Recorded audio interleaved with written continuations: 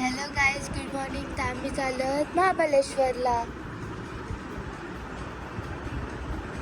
तर तुम्ही बघू शकत आहे इथे की इथे आहे वेना लेक आणि आम्ही बसलो आहोत बोटीत.